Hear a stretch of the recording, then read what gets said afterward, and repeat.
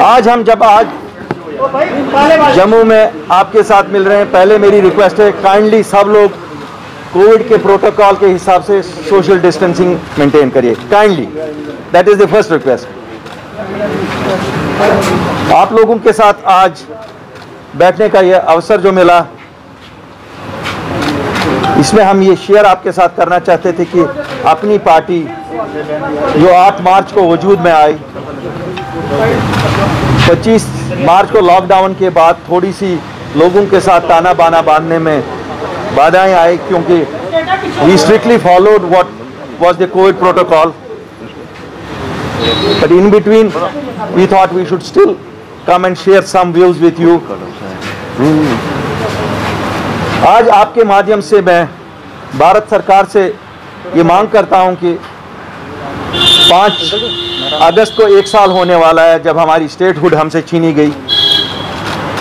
अपनी पार्टी की ये मांग है कि इसे हमें इस दिन वापस दिया जाए, क्योंकि जो रीऑर्गेनाइजेशन एक्ट था वो भी 1 साल के लिए ही था और हमें हक है कि इस रियासत को अपना दर्जा वो वापस मिले जो हमारे पास सबसे पहले हिंदुस्तान में था।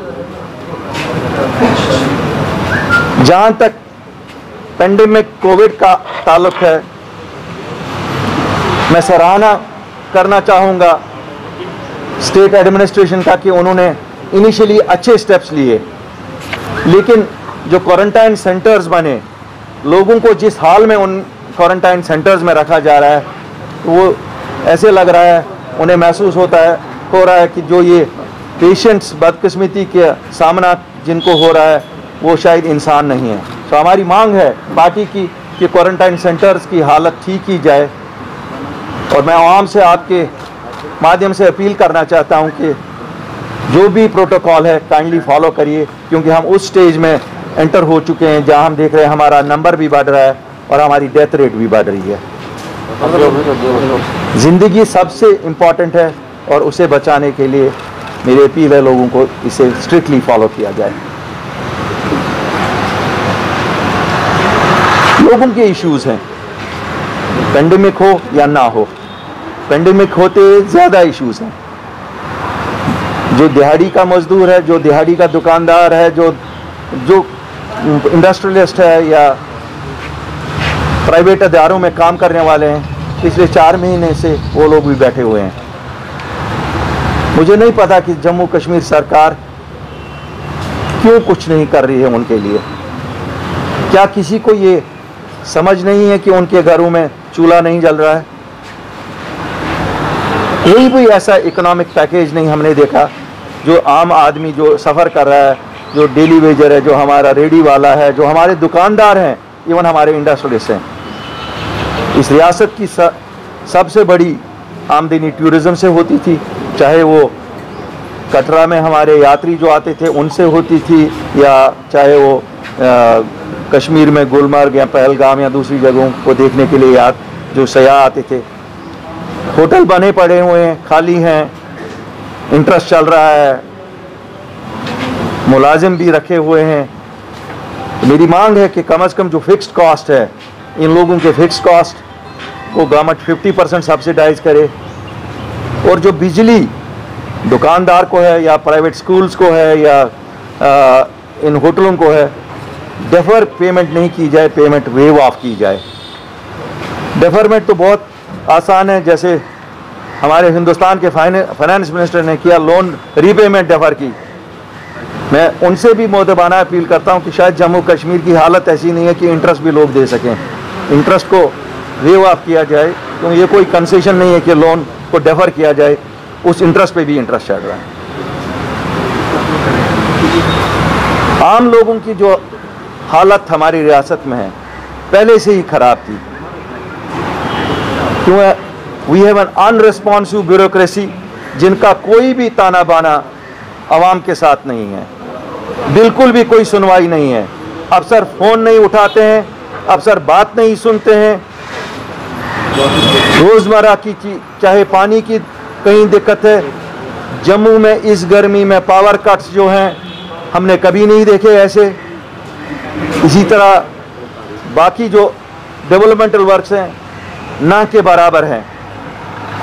क्या वजह है इसकी, हमें ये समझ नहीं आ रहा। तेलंगाना में भी कोविड है और मुझे अवसर हुआ, एक दोस्त ने वहाँ से मुझे वीडियो भेजा। इन 4 महीनों में तेलंगाना सरकार ने ड्रेन सब नए बनाए, अंडरग्राउंड ड्रेन्स बनाए, अंडरग्राउंड केबलिंग की और पूरी मैकेडमाइजेशन स्टेट की। क्यों? उन्हें लगा कि आज ट्रैफिक बंद है, आज वो सब चीज़ें कर सकते हैं जो कभी नहीं हो सकते हैं, जब लोग सड़कों पे हो तब नहीं हो सकती हैं। क्या यहाँ जम्मू कश्मीर सरकार में किसी को ये नहीं लगा कि ये चीज़ हो सकती है? अफसोस की बात है कि कोविड की आड़ में सब चीज़ को पीछे धकेला जा रहा है। हमारे स्कूलों का हाल, बच्चों का जो कैरियर है बिल्कुल ख़त्म हो गया है। वैसे ही हम 5 अगस्त से पहले हमें कहते थे आप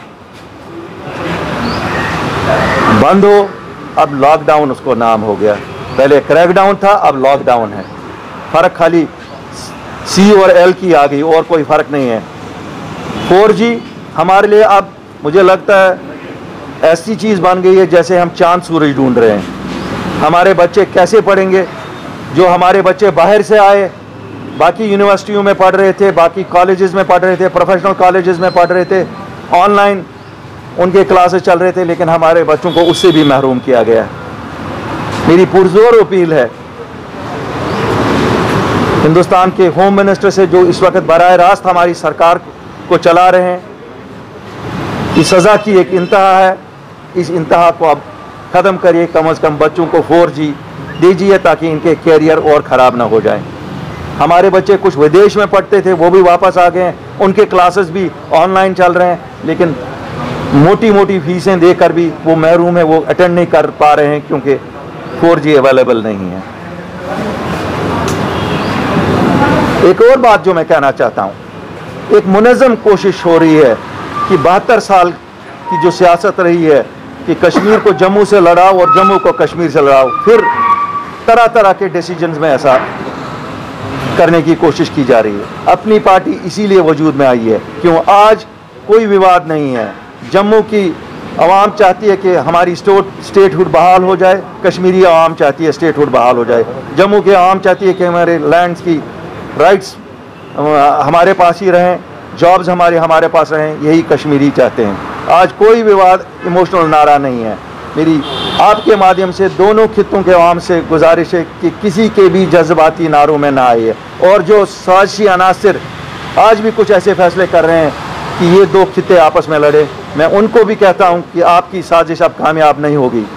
ये उनकी तरजीह इमोशनल नारे नहीं है, उनकी तरजीह डेवलपमेंट है, उनकी तरजीह है उनकी एजुकेशन, और उनकी तरजीह इस रियासत की तरक्की। और उस कि हम एक हैं, चाहे जम्मू वाले हैं, चाहे कश्मीर वाले हैं, चाहे किश्तवाड़ वाले हैं, चाहे डोडा वाले हैं, चाहे राजौरी वाले हैं, पुंछ वाले हैं, या कुपवारा वाले हैं, या अनंतनाग वाले हैं, हम एक ही रियासत के बाशिंदे हैं और हमारी रियासत ली गई है, हमें मिल के ये रियासत वापस लानी है। ये सबसे बड़ी तरजीह है।